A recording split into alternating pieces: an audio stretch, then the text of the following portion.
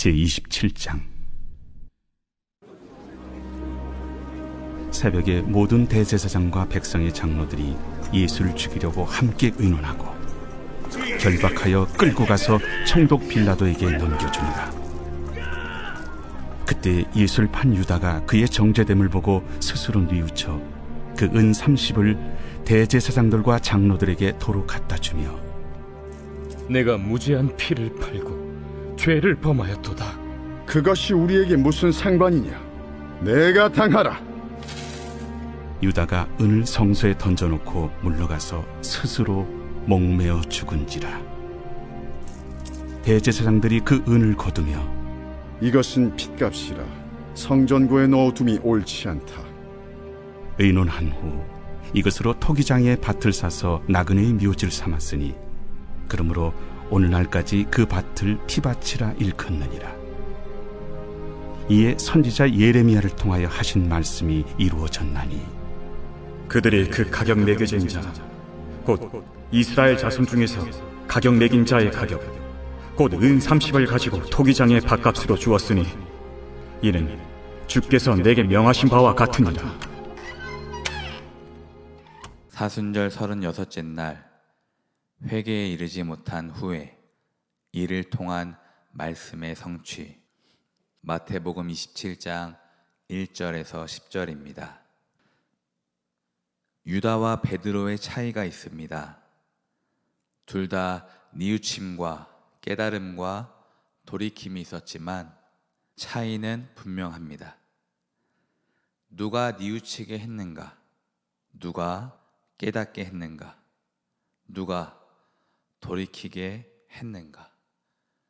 결국 하나님이 하셨나? 내가 했나? 그 차이입니다. 먼저 베드로는 주님의 말씀이 생각나 뉘우치고 깨달았습니다. 반면에 유다는 말씀이 아닌 상황을 보고 스스로 뉘우치고 스스로 깨닫습니다. 베드로는 자신의 죄를 어찌할 줄 몰라 심히 통곡했다면, 반면에 유다는 자신의 죄를 스스로 정죄하고 스스로 해결해 버립니다. 유다 앞에 스스로라는 단어를 잘 보시길 바랍니다. 회개와 심판 역시 우리 스스로 할 수 없다는 것입니다. 그렇게 하면 안 되는 것입니다. 그런데 이와 비슷하게 1절에 새벽에 모인 대제사장과 백성의 장로들이 예수를 죽이려고 함께 의논하고, 이건 역시 스스로 정죄하는 것입니다. 그들의 생각에는 하나님이 안 계셨습니다. 게다가 유다에게서 얻은 은으로 토기장의 밭을 사서 나그네의 묘지를 삼은 것도 그들 스스로 한 일입니다.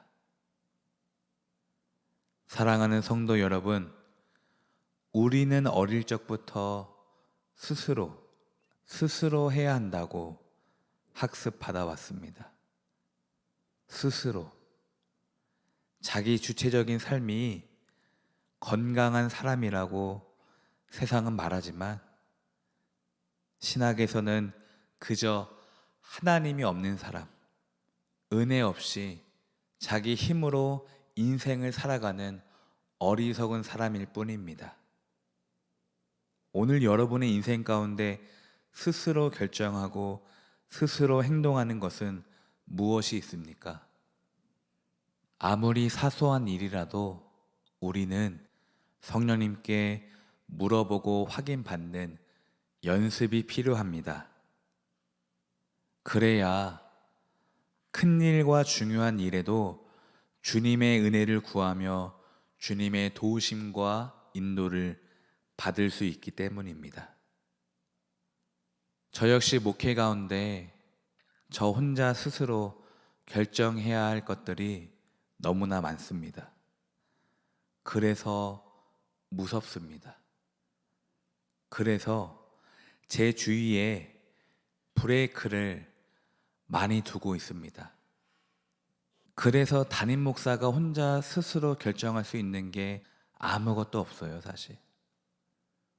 그래서 제가 여러분을 목회하는 것이 아니라 여러분이 저를 목회하고 있는 것입니다. 사랑하는 형제 여러분, 오늘도 성령님과 동행하시기를 축복합니다. 그분과 동행할 때 우리는 주님의 뜻대로 행할 수가 있습니다. 다시 말해 회개조차도 내가 하는 것이 아니라 주님이 해주셔야 가능합니다. 회개조차도 내 뜻대로 하지 마시고 주님 뜻대로 하시길 바랍니다. 오늘도 스스로 살아가는 삶을 버리시고 주님과 함께하는 삶을 살아가시길 주님의 이름으로 축복합니다. 기도하겠습니다.